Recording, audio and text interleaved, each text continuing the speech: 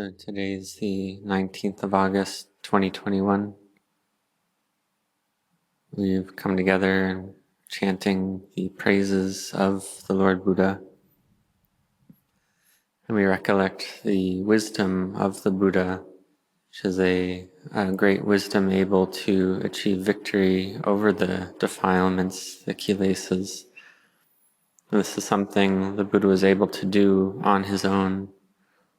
He was the only one in the world capable of doing this, capable of having the only one who had the wisdom to achieve victory over the defilements, because no one else in the world knew the way to overcome the defilements.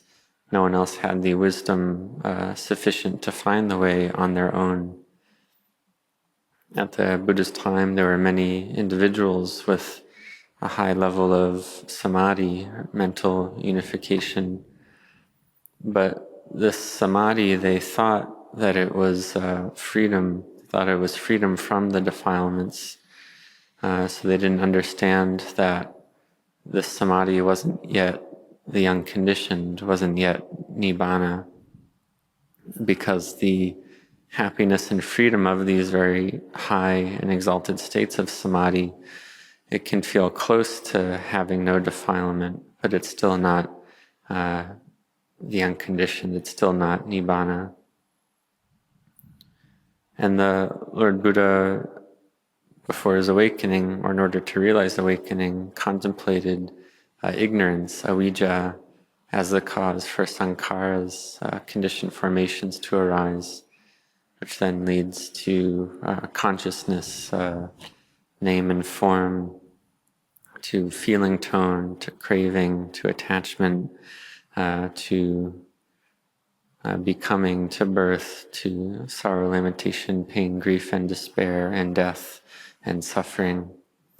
So we saw that ignorance is the cause, and then this causal process goes on through these various steps, like conditioned formations, consciousness, name and form, feeling tone, attachment, all the way up to birth and then suffering.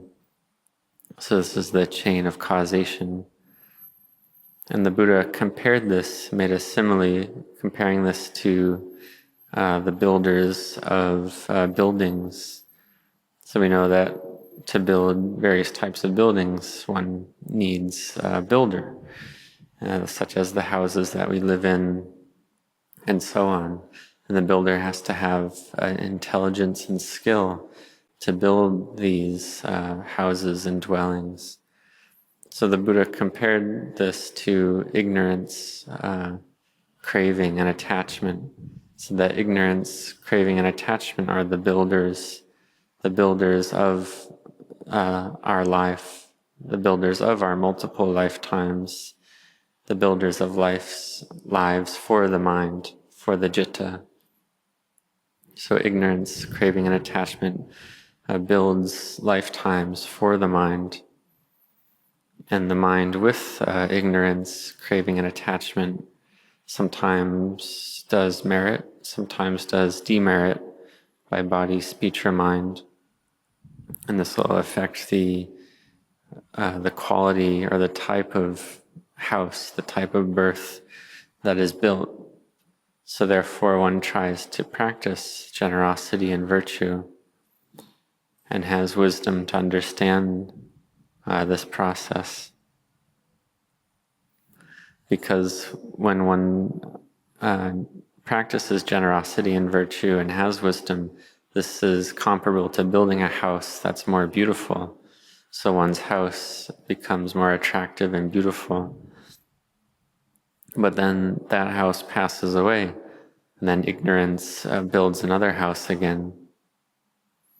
So the Buddha, in his first exclamation, commented on this, that he had seen the house builder, and the house builder would not build another home, but all the rafters had been snapped, and the main ridge pole was dismantled. And he said the non-constructing mind has come to craving's end. So with ignorance being destroyed, then the builder isn't there to build any more houses. And with this pillar, the pillar gone, which is ignorance, then there can't be any more building of houses. The house can't exist. And this is the end of suffering, with no more ignorance. So the Buddha had this very sharp, incisive wisdom to see this clearly, which is something that no one else was capable of doing. No one else knew the way to overcome suffering like this. So with the destruction of ignorance, craving, and attachment in the mind of the Buddha, a great purity arose in the mind of the Buddha. So this is the Buddha eliminating the defilements from his heart and finding the way and understanding the way to destroy the defilements. So this is something the Buddha has taught us already, something that no one else knew, no one else was capable of understanding. And we can look to the story of Venerable Subhadda, the last disciple to awaken during the lifetime of the Buddha, Pachima Sawaka. So when he came up to the Lord Buddha, he asked, are the paths and fruits of liberation, do they exist in other teaching systems, or do they only exist within the Buddha's teaching?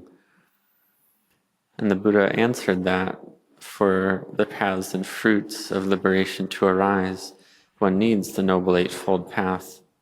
Outside of the Noble Eightfold Path, there are no paths and fruits of liberation, of Nibbana. So it's not possible to overcome suffering through other teaching systems. It's only through the Noble Eightfold Path that one can overcome suffering. And the Buddha compared it to footprints.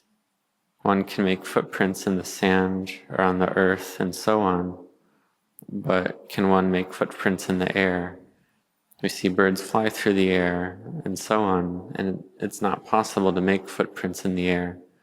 So in the same way that there's no footprints in the air, there's no paths or fruits of liberation outside of the Noble Eightfold Path. So we see that this way to overcome suffering through right view, correct view, it is the supreme, the best way that the Buddha has taught already. That the Buddha has taught already. So we have incredible good fortune to be born at this time, 2,564 years after the Buddha's parinibbana, the Buddha's passing away. And so we see that the Buddha awakened when he was 35 years old, and then he lived to the age of 80. So we can calculate that the Buddha was awakened 2,609 years ago. So we have this incredible good fortune that the way to overcome suffering is still here, still being taught. So therefore it's possible to practice and see the Buddha for ourselves, to see the Dhamma, and upon seeing the Dhamma, one becomes a Buddha oneself, a Sawaka Buddha. Just like the great teachers whose teachings we have become Sawaka Buddhas, and we call them Buddhas all the same. So therefore, in the present time, it's possible to realize Buddhahood, Sawaka Buddhahood, and one realizes freedom from kilesa, the destruction of the defilements, just the same as all other Buddhas. So this is something of incredible value. Whatever there is of value in the world, nothing compares to the value of the Dhamma. And if no one knew this path to freedom, then all beings would be utterly lost in this world, because ignorance, craving, and attachment just continually build houses for all the beings. So in the world, It'd be nothing but birth and death, building of houses, the destruction and passing away of those houses with death, and then building of new houses. So we see this a lot, happens all over the world. Upon death, ignorance, craving, and attachment simply carry the mind, take the mind to build a new life, to build a new house. With merit, one builds a good life. With demerit, one builds a painful or torturous existence. We can reflect that as a human being, we have this much suffering, have suffering to this degree. So how much suffering must there be in the realms lower than the human realm? The realms of the animals, the hungry ghosts, the asuras, the hell beings. How much suffering must there be in those realms? Therefore, we should practice making merit a lot, try to build a lot of merit to realize the state of a heavenly being, of a deva in one's own heart. We can ask, is this something we're able to do? And yes, we're all able to do this when we have sincere intent and we have faith. We do walking, sitting meditation, practice to have mindfulness throughout the day. This is the way of Dhamma practice. This is the way to overcome suffering, to have mindfulness, to have collectedness. And when we sit, we may become sleepy and drowsy. So one can press one's tongue firmly on the roof of one's mouth and practice to overcome the sleepiness. And when the mind becomes peaceful, we may have no interest in the body anymore at that point. Sometimes the body relaxes and the mind can let go of the body and be very much at ease. Sometimes one may hear of perhaps a child. There's a story of a child sitting in meditation and falling asleep, but it's actually the mind of this individual leaving their body. And just like some of the great teachers, this individual with their mind leaving their body, they could travel about and know many different things. And sometimes one may get the feeling that one wants to lie down, and then upon lying down, the mind exits the body. So this is something that can happen with samadhi, but it's not true for all people. Because in the world there are many beings without samadhi, and very few that have samadhi. So if there's a lack of samadhi, then you can open your eyes or try walking. Try to get enough rest, but don't rest too much. For Dhamma practitioners or monastics, for instance, a total of 6 hours of sleep should be enough. One shouldn't do more than that. For instance, sleeping from 10 p.m. till 3 a.m. during the night, then having a 45-minute or 1 hour nap during the day, that should be enough.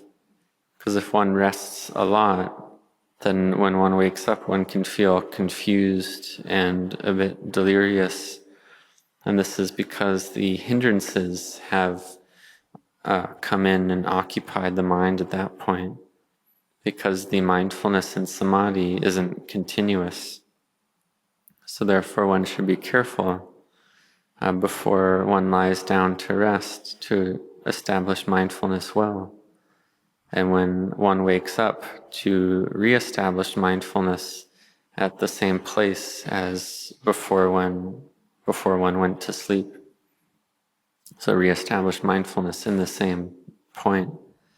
In this way, one builds mindfulness to the point of being continuous. And it's also possible when lying down to enter samadhi, to enter states of absorption, even the states of jhana, during rest. So this is possible. This is making merit during rest. And then when one awakens from that, one continues to be mindful, establishes continuity of mindfulness. So during the day, try to have mindfulness continuously, because we see that ignorance is constantly building dwellings, building houses, whenever any of the six sense bases contact their respective objects. So when this contact happens, whether through the eye, the ear, the nose, the tongue, the body, the mind, and so on, liking arises, disliking arises. So try to establish mindfulness to know these phenomena as they arise, and then one's able to let go. And teach the mind that these are something that's unsure, it's uncertain, unstable. Sometimes you may like a person a lot, you may really like someone, and teach the mind it's unsure, it's uncertain. One may dislike someone a lot and teach, oh, it's unsure, it's uncertain. So teach the mind like this. One may like a certain food a lot and teach the mind it's unsure, it's uncertain. And you can reflect, well, if you eat that food every single day, that feeling of liking can change, can even turn into disliking. It's because these feelings of liking and disliking are based in the proliferation of the mind. So it's like this.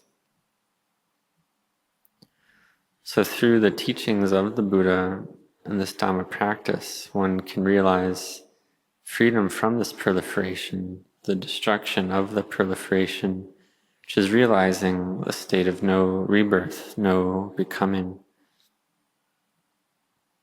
So again, it's 2,609 years since the Lord Buddha realized awakening. So we have great merit, great good fortune to meet with this path of Dhamma, this path to realize true freedom, to realize purity of the mind. If we didn't have this way to realize freedom, what would we do?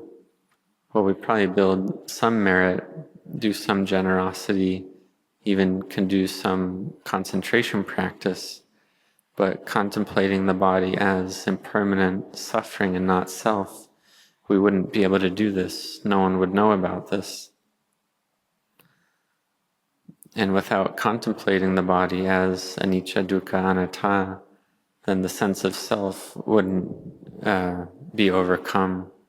The sense of self would still be there, and therefore one would be incapable of realizing freedom from suffering. And so we see that the root of all suffering is these roots of greed, the root of aversion, the root of delusion. So therefore we must practice to uproot these roots of all defilement, roots of all kilesa. This is something we must do in this very life, to train our minds to this point, to have effort and diligence and strictness in our chanting, in our meditation practice, because this chanting and diligent effort in one's meditation, this is something that's very hard to find in this life. So one can ask, well, in what lifetime will I be able to find this way of practice again? Because one has had the very good fortune to meet with this path of practice, and so one should reflect, well, when will I meet with this again? It's unsure. So I've seen people who practiced before, maybe 17 or 18 years, and they've done some Dhamma practice, realized some stillness, some emptiness of mind, some coolness of heart, and maybe had various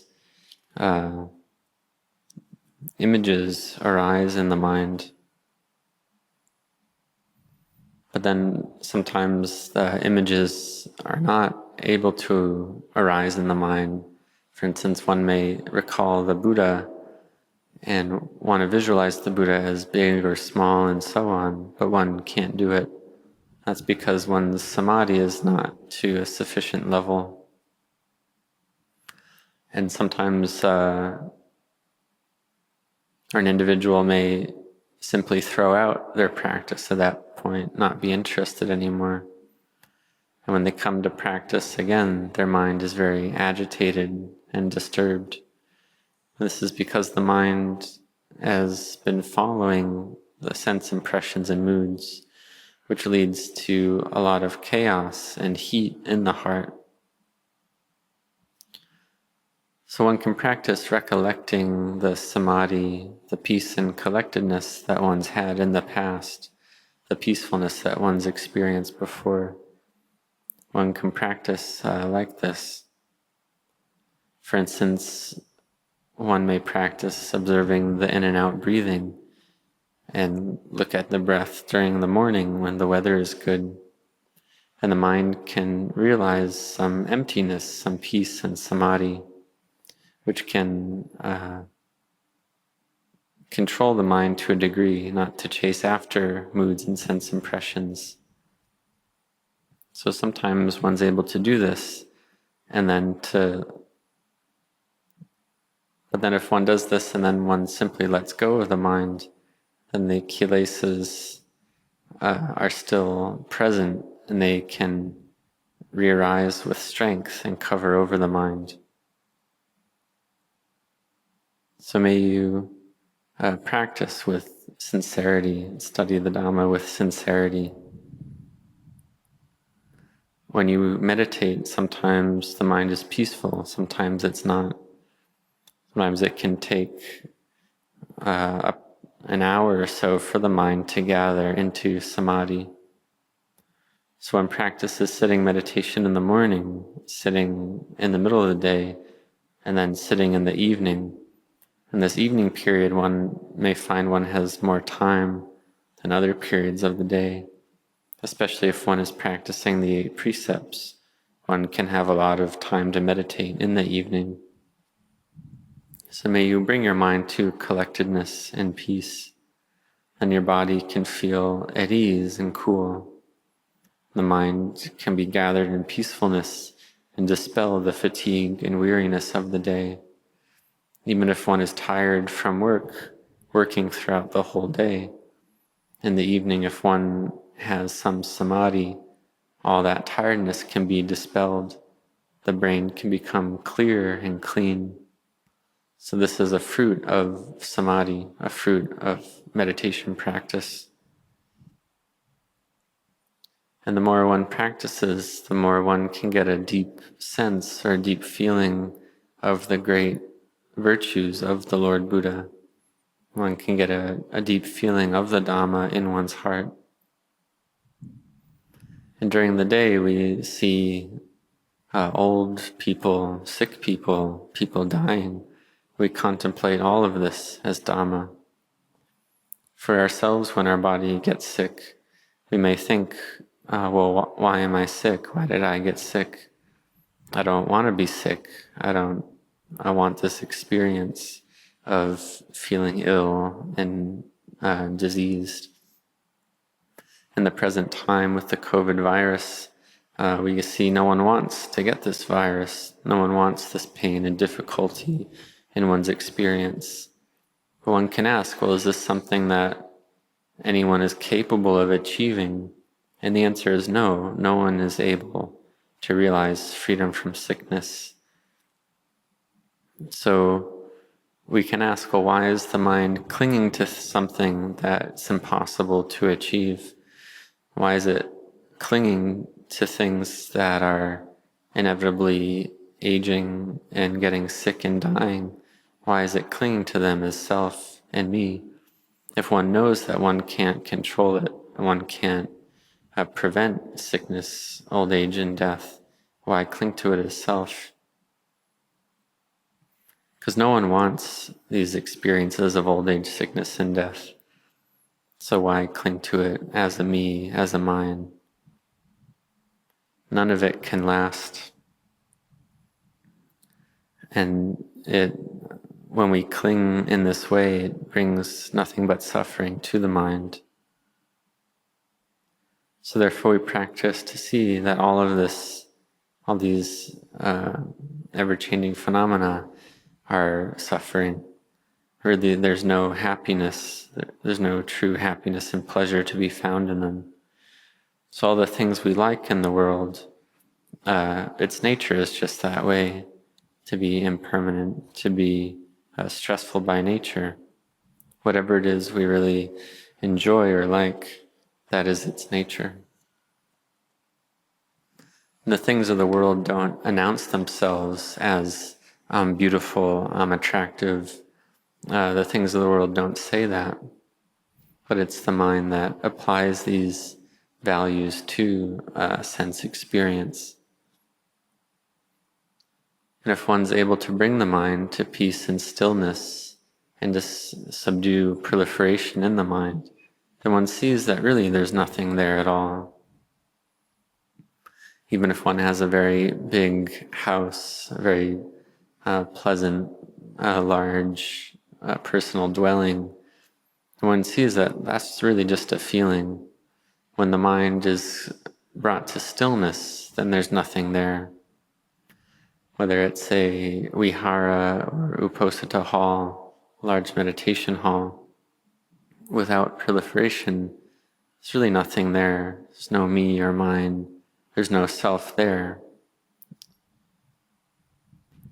And when the mind is peaceful and empty, collected in samadhi, even if there's other people around, we may feel that we're sitting all alone. This is bringing the mind to peace in order to develop wisdom. So this is a way of Dhamma practice. And the Dhamma practice gets deeper and deeper in this way. So in the beginning, when one may not have had faith, but then the faith arises to practice generosity and virtue. One sees the value of having virtue, the drawbacks of not having virtue, and therefore one sets one's heart to practice virtue, to establish oneself in sila. Then one sees the value of samadhi, of collectedness, the value of listening to the Dhamma. This listening to the Dhamma helps us to understand the Dhamma more deeply. It's able to dispel any doubts that we may have.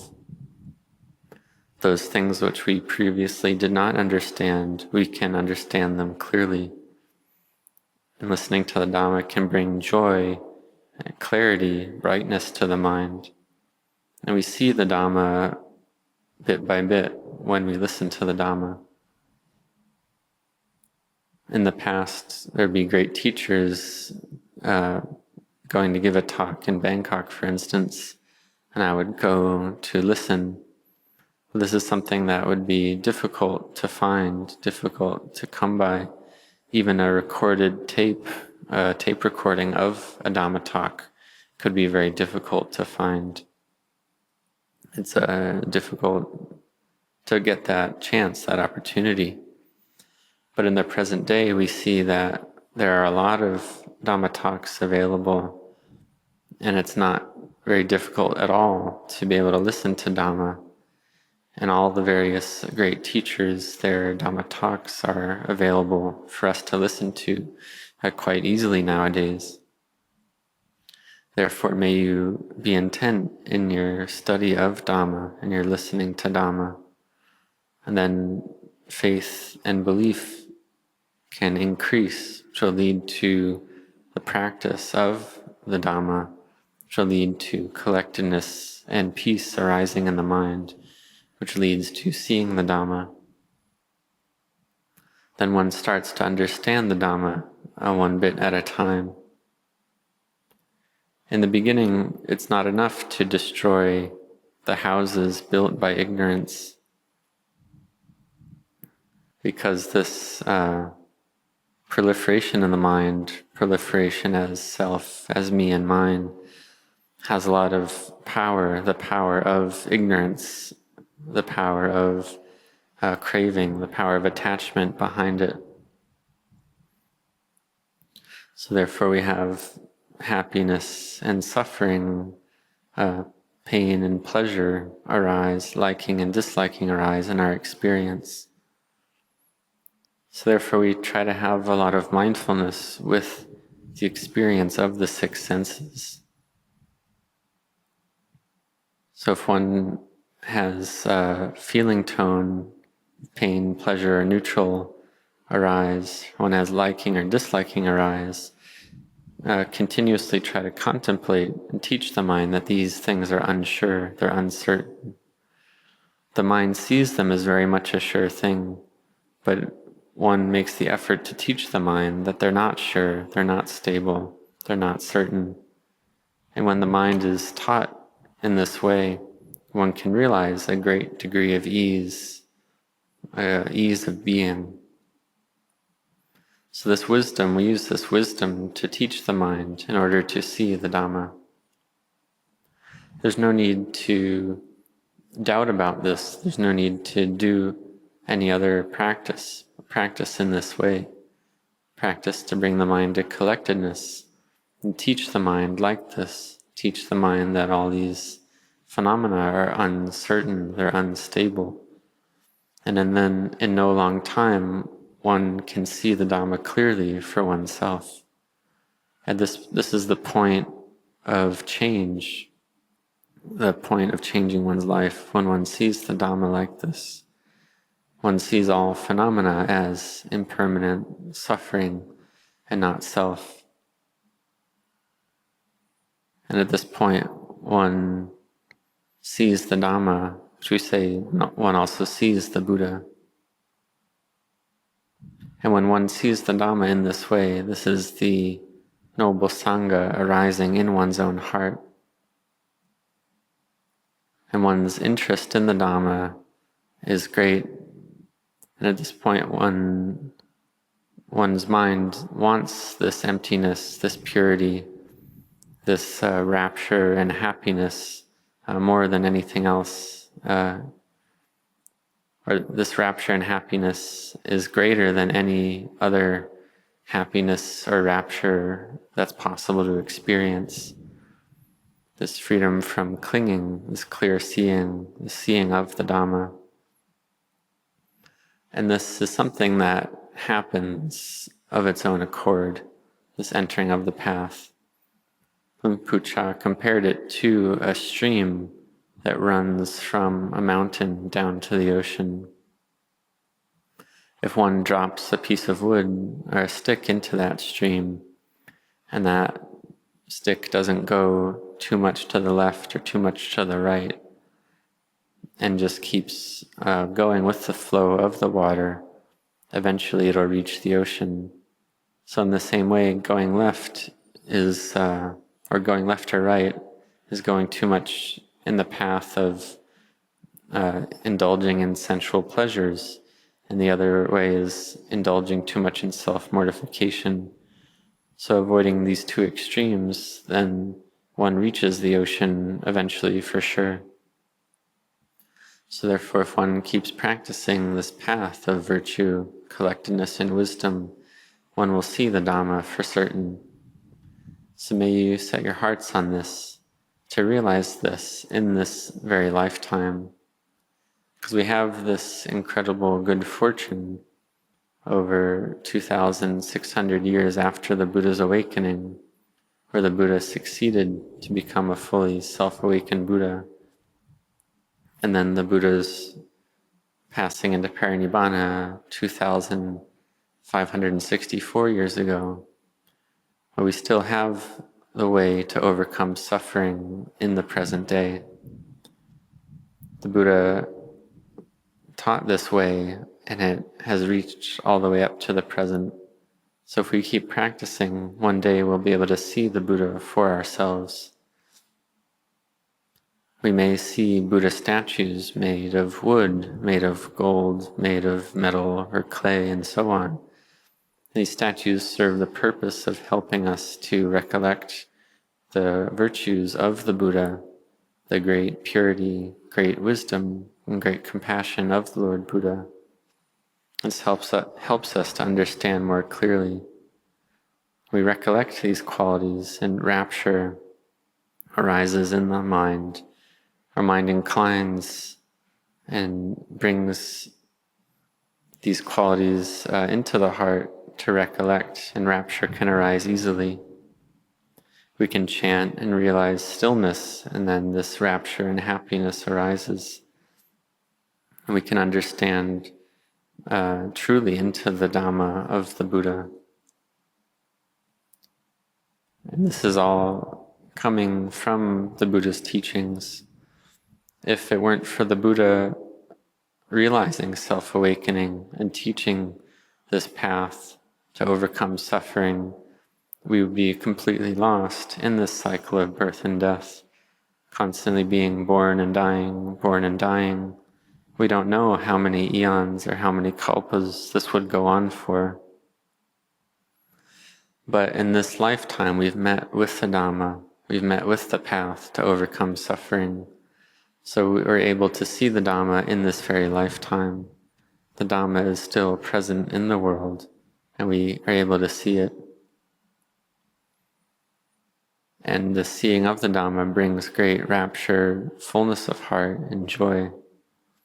So therefore, may you have effort in your Dhamma practice. Don't give up, don't retreat. We have this incredible good fortune in this lifetime. And so put forth effort and engage sincerely in this Dhamma practice. And even if one's not ordained as a monastic, for the laity have incredible merit and good fortune as well. So may you practice Dhamma as an important point in your life, because this inner wealth of the heart is of great importance. This wealth of faith, this wealth of effort, of mindfulness, collectedness, and wisdom. This is a noble wealth, the very best wealth, that which is of the most value above all else.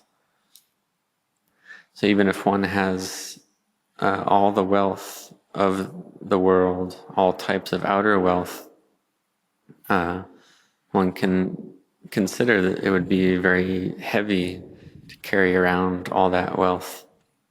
Then in the end, when one dies, one throws it away all the same. However, this inner wealth is capable of bringing us to freedom from suffering. So may we cultivate and build this inner wealth to a great degree. Use wisdom to teach the mind to see all materiality and mentality as impermanent suffering and not self. Whether it's liking arising or disliking arising, contemplate a lot, and then you'll be able to meet with true happiness in this very life.